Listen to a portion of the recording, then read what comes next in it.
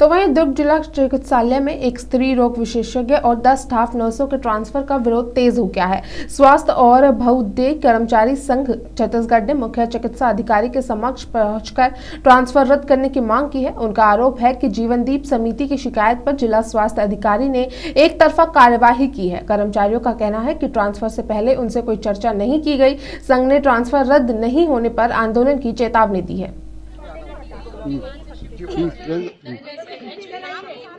ये मैं वीएस राव, कार्यकारी प्रांत अध्यक्ष स्वास्थ्य एवं बहुउद्देशीय कर्मचारी संघ रायपुर।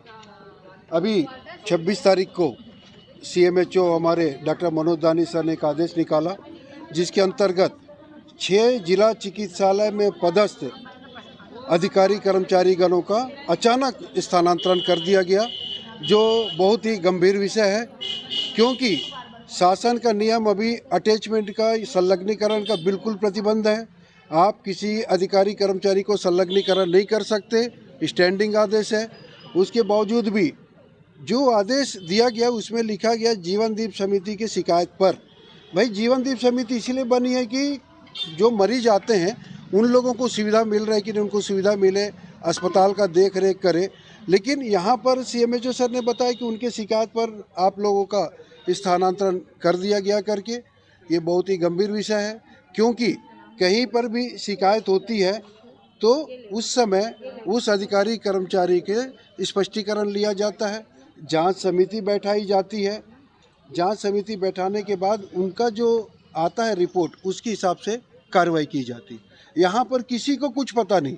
डॉक्टर उज्ज्वला देवांगन मैडम इतनी वरिष्ठ गायनोकोलॉजिस्ट हैं, सबसे वरिष्ठ सीनियर हैं, उनको पता ही नहीं कि उनका स्थानांतरण क्यों कर दिया गया।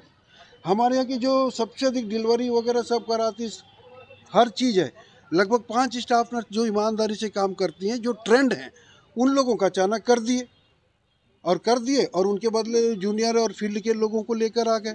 अभी सीएमओ सर से हमारा संगठन, हमारे पूरे प्रतिनिधि मंडल, हमारे स्टाफ नर्स, डॉक्टर, चिकित्सक सभी लोग जाके निवेदन किए, तो सर का कहना है कि मेरे हाथ में अब कुछ नहीं है। जो शिकायत किए हैं वो जाने, और कलेक्टर मैडम जो पालनार्थ के लिए बोली हैं उसका मैंने पालन किया है। तो लेकिन मैं ये बता दूं, स्टैंडिंग आदेश है, इस पत्र में दिया कि संलग्नीकरण का बिल्कुल नहीं किया जाना 2023 तक के, और सीएमएचओ सर को भी मात्र यही आदेश का पालन करना है। मात्र 15 दिनों के लिए कार्य आदेश कर सकते हैं, ना कि स्थानांतरण करने का इनको अधिकार नहीं है।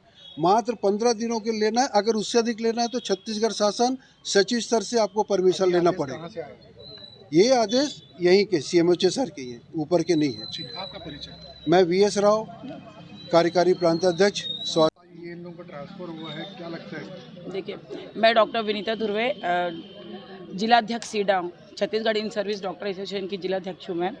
कल शाम को अचानक ऑर्डर देखे हम लोगों ने, ग्रुप में मैसेज आया कि हमारे डॉक्टर उज्ज्वला देवांगन मैडम जो गायनेकोलॉजिस्ट हैं और 5 सिस्टर, एक इंचार्ज सिस्टर और 4 ड्यूटी वाले जो सिस्टर थे, उनका अचानक कार्यादेश का ऑर्डर आया था। सबका अलग अलग जगह कर दिया गया है और उसमें लिखा गया है कि जीवनदीप समिति के द्वारा जांच की गई, लेकिन हमको इसके बारे में किसी को भी ये जानकारी नहीं है कि कब जांच हुई, क्या हुआ। नियम के अनुसार जब भी यदि लिखित शिकायत होती है, मौखिक शिकायत में तो कुछ नहीं होता है, लेकिन लिखित शिकायत जब भी होती है तो पहले शोकाज दिया जाता है। जो भी संबंधित देते हैं उनको स्पष्टीकरण देते कि क्या ऐसा सही है, क्या ऐसा हुआ है, क्या करके जब ये लोग देंगे, फिर वो यदि इनका सेटिस्फैक्ट्री नहीं रहता है तब फिर उन लोगों को जो भी कार्रवाई की जाती ना, ये अचानक दे दी गया और किसी को पता ही नहीं चला और सबको पता चला। तो उसके लिए हम लोग सीएस सर के पास सुबह मिलने गए थे, तो सर बोले मुझे कुछ नहीं पता, मैं कुछ नहीं जानता हूँ, सीएमओ सर जानेंगे, आप उनके पास जाइए। तो हम लोग सबके सब सीएमओ सर के पास आए, तो सीएमओ सर भी यही बोले कि मुझे कुछ नहीं पता, मुझे कलेक्टर मैडम ने अनुमोदित ऑर्डर भेजे थे कि आपको इनका करना है करके, तो मैं कुछ नहीं कर सकता, उन्हीं लोग जानेंगे। लेकिन ये तो गलत है ना, हमको किसी को भी पता नहीं है। टोटल ना 6 लोग हैं, 5 सिस्टर हैं और एक हमारी मैडम है गायनेकोलॉजिस्ट जो। तो ये मतलब हम किसी को भी नहीं पता, ना उनको पता है ना हम लोग को पता है कि हुआ क्या है। उनको भी तो जानने का हक नहीं कि गलती क्या हुई आखिर। आपकी बातें मानी नहीं जाएगी, रखी नहीं जाएगी, तो आप आगामी समय में क्या करेंगे, किस टाइम का देखते हैं। अभी नहीं मानी जाएगी तो फिर अभी तो रिक्वेस्ट कर रहे हैं हमने सीएमओ सर से किया, हम सोच रहे हैं कि कलेक्टर मैडम से भी जाके मिलेंगे, क्या बोलती मैडम, क्योंकि ऐसा तो कभी होता नहीं ना, एक तरफा थोड़ी होता।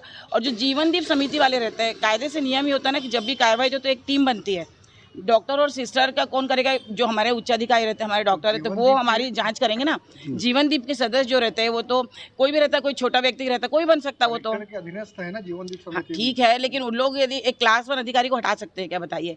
ये तो फिर एक गलत परंपरा शुरू हो जाएगी। अभी उन्होंने हटा दिया तो कल मेरी बारी भी होगी, कल इनकी बारी होगी, किसी को हटा सकते कि ये मेरा क्या है। अक्सर हमारे यहाँ जीवनदीप वाले आते हैं और बोलते हैं इनका ऑपरेशन कर दो, इनका ऑपरेशन कर दो। क्यों करेंगे? बस हम बोल रहे हैं इसलिए ऑपरेशन कर दो।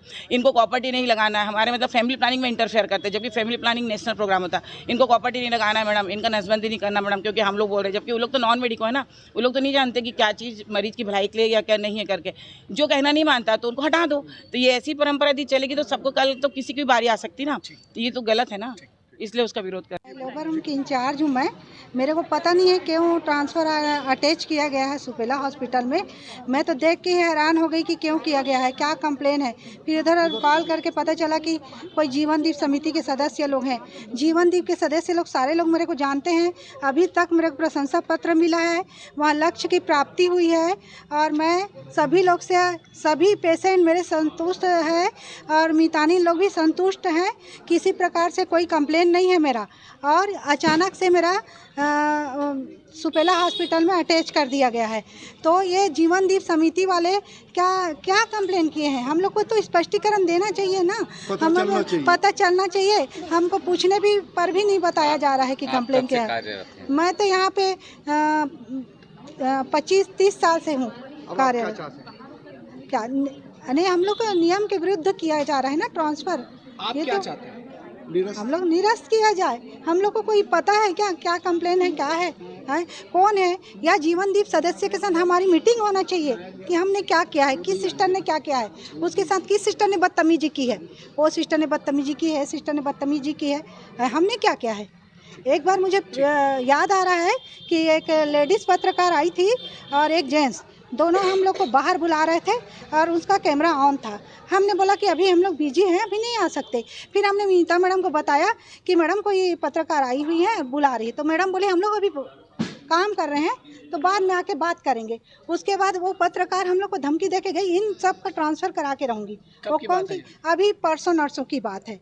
मैंने सीएमओ सर को बताया भी है कि सर ऐसा ऐसा बात किए हैं, ऐसा करके। तो ये पत्रकार वही एक लेडीज़ है सर। उस समय भी वो लोग ज़बरदस्ती फ़ोटो खींच के ले गए थे।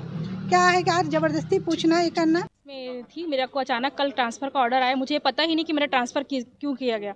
मुझे ये जानकारी मिली है कि रोशनी फतेह द्वारा मेरा कंप्लेंट किया गया है। सिर्फ मेरी ये था, जब रोशनी फतेह का मरीज आया था तो उसके साथ 8 या 9 लोग थे। मेरे द्वारा मतलब सिर्फ उनको बाहर किया गया था, तो उनका ये हो गया, ईगो हर्ट हुआ कि क्या हुआ मुझे नहीं पता।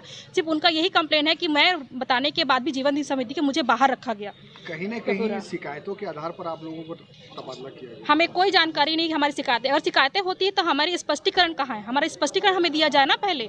स्पष्टीकरण नियम के अनुसार स्पष्टीकरण दिया जाए। स्पष्टीकरण में अगर हम नहीं ठीक होते हैं तो मेडिकल बोर्ड बैठता है, मेडिकल बोर्ड बैठाया जाए, उसके बाद हमारा ट्रांसफर का इनका हक रहता है।